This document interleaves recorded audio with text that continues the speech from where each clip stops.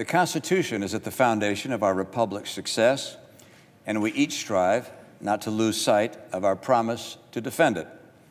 The Constitution established the vehicle of impeachment that has occupied both houses of our Congress these many days. We have labored to faithfully execute our responsibilities to it.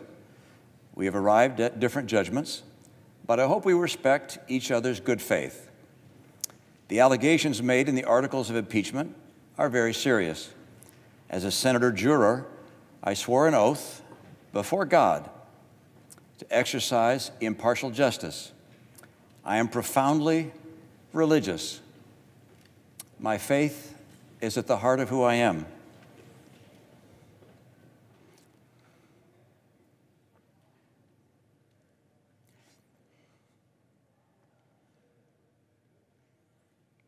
I take an oath before God as enormously consequential. I knew from the outset that being tasked with judging the president, the leader of my own party, would be the most difficult decision I have ever faced. I was not wrong. The House managers presented evidence supporting their case, and the White House counsel disputed that case. In addition, the president's team presented three defenses. First, that there could be no impeachment without a statutory crime. Second, that the Biden's conduct justified the president's actions. And third, that the judgment of the president's actions should be left to the voters. Let me first address those three defenses. The historic meaning of the words high crimes and misdemeanors, the writings of the founders, and my own reasoned judgment convinced me that a president can indeed commit acts against the public trust that are so egregious that while they are not statutory crimes, they would demand removal from office.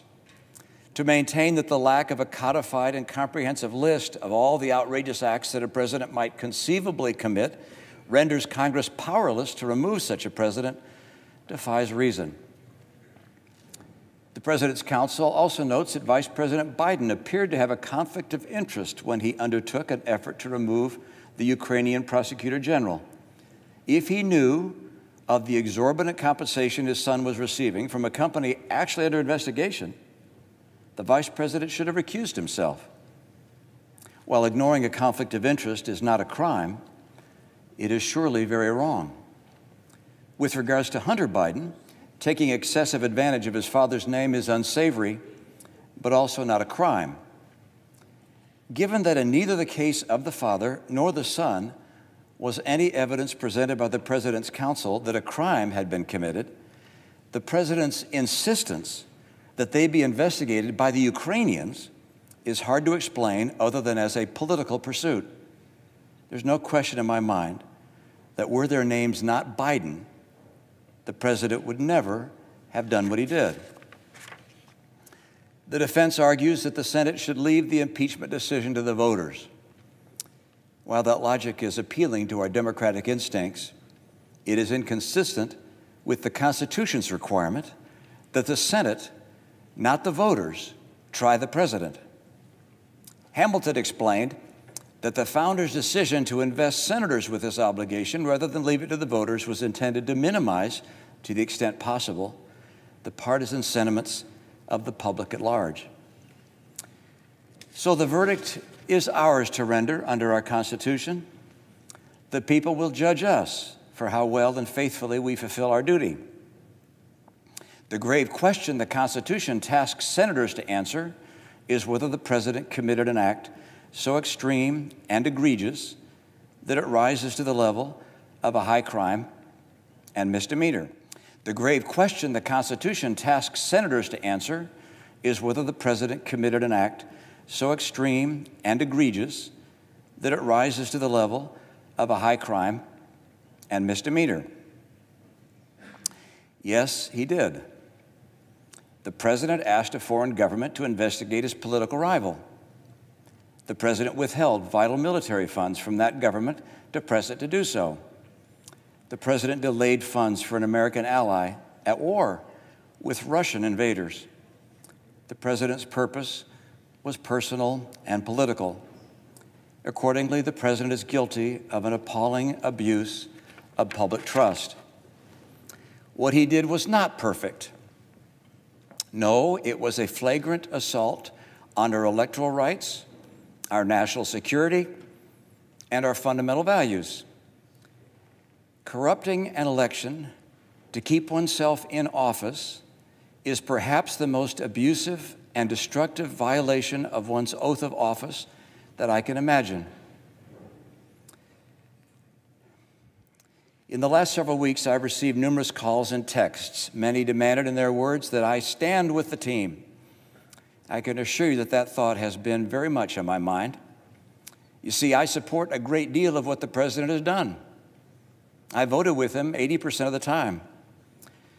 But my promise before God to apply impartial justice required that I put my personal feelings and political biases aside.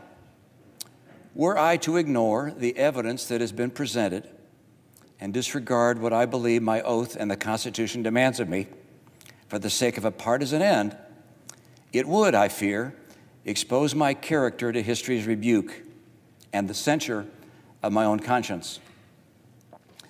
I'm aware that there are people in my party and in my state who will strenuously disapprove of my decision, and in some quarters I will be vehemently denounced. I'm sure to hear abuse from the president and his supporters. Does anyone seriously believe that I would consent to these consequences other than from an inescapable conviction that my oath before God demanded it of me? I sought to hear testimony from John Bolton, not only because I believed he could add context to the charges, but also because I hoped that what he might say could raise reasonable doubt and thus remove from me the awful obligation to vote for impeachment. Like each member of this deliberative body, I love our country.